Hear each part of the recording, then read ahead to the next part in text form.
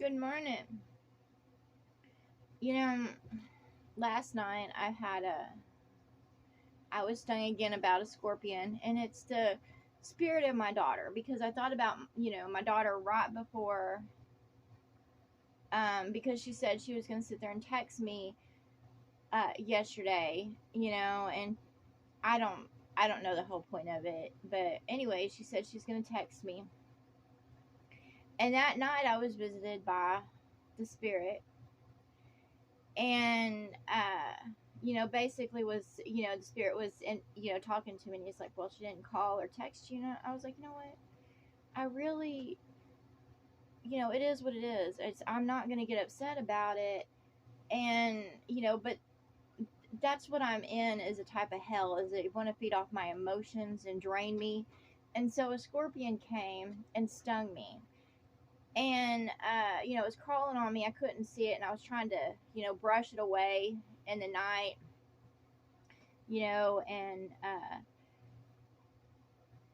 and so I got stung. And I don't do very well with stinging scorpion bites. However, I think I'm starting to get a little immune to it because I basically shook out my covers, sprayed a little bit around my bed, and went back to sleep. I didn't take a Benadryl, but when I woke up, of course, I was swollen in my face and my legs. So I got up, I took a Benadryl. I went down to my mom's house to be under the air conditioning because it is warm.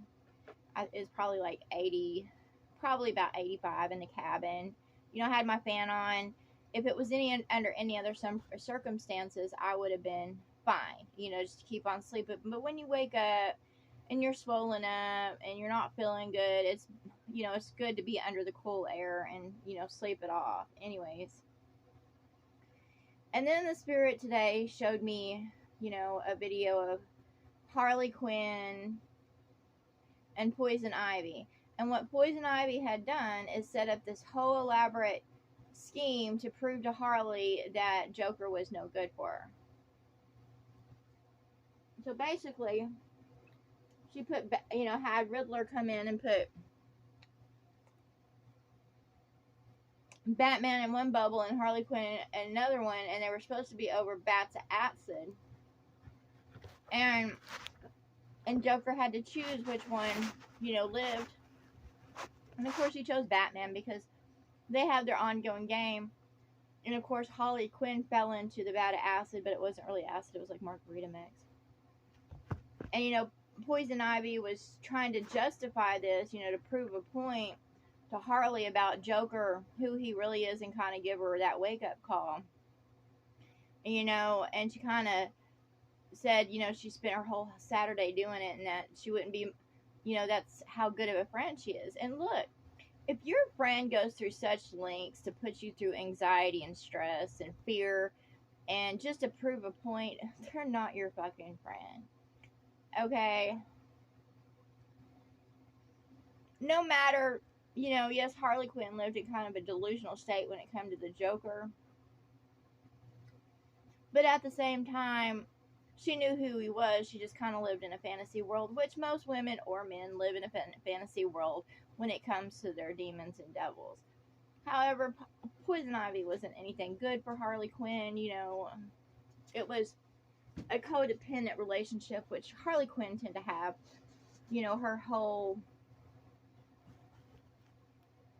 Her whole career, basically. I call it as a career because of criminal. And she's always trying to figure out herself, and she mimicked others. And I understand that because I've done it too. In relationships, I've mimicked others and, put on their clothes and their behaviors and stuff like that. Now I walk independently. However, I say to all out there, they're not your friends if they will go any length to prove a fucking point. It means they want to be dominant. They want all your time, attention, all that. And they're no good for you either. And usually if you have one bad codependent relationship, then all your relationships are bad and codependent because you're with that person for a reason, and it's dependency upon that person, whether it be you know, because you don't want to be lonely, or, you know, you're financial for you, or, you know, there's always some reasoning. And I get Harley Quinn. I'm not down on her because to me, she's part of, you know, I see my reflection in her. You know, I can look at her and I see a reflection, you know, psycho people around her, you know, bad lovers, you know, her trying to find her place, you know, just wanting love. And so she'll, you know, wear any makeup or whatever. I get that.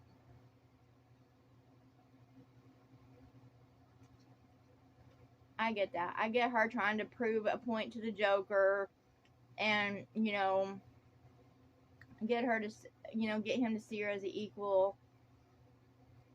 I get all that because Harley Quinn, you know, is a piece of reflection when I look into the mirror of who I was and still am a little bit of.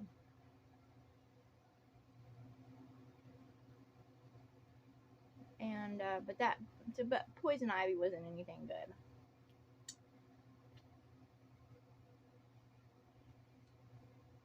None of us are really anything good, but we have to beware of ourselves and those demons that are around us that are just reflections of who we used to be. And my daughter, I love her, but you know, her spirit has no love for me. And you know, I know that, and I don't need to be shown that all the fucking time. You know, I'm willing to talk to her because I love her, and I'm willing to talk to any, no matter how heinous they may be, no matter how vile. It doesn't matter what monster they are underneath it all. I love them, and I love them for who they are. However, I separate myself from toxic people and from playing roles with the devils and demons because I just don't want to play roles. Uh, you know, but I'm not going to be sad over it or depressed. I'm like, it is what it is. It is what it ain't. And that's what I say to those out there. You know, your children could be monsters underneath it all, or your lover or best friend could be a monster under it all, but you can still love them. You should never be ashamed of who you love. It's just separate yourself from toxic people and things and places so they won't bring you down anymore. Mwah.